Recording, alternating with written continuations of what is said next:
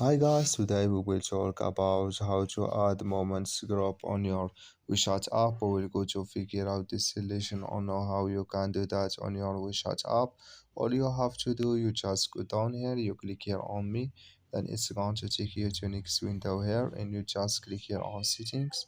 Then you come to settings window here, and you just click here on friends permissions.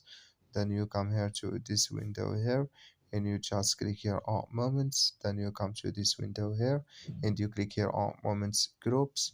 You come to this window, and you can create new group here. So when you so here you will add your friends. I don't have any friends here because my account is new account. So or search for your friend here, and when you select your friends, you click here on down, and it's going to add with you.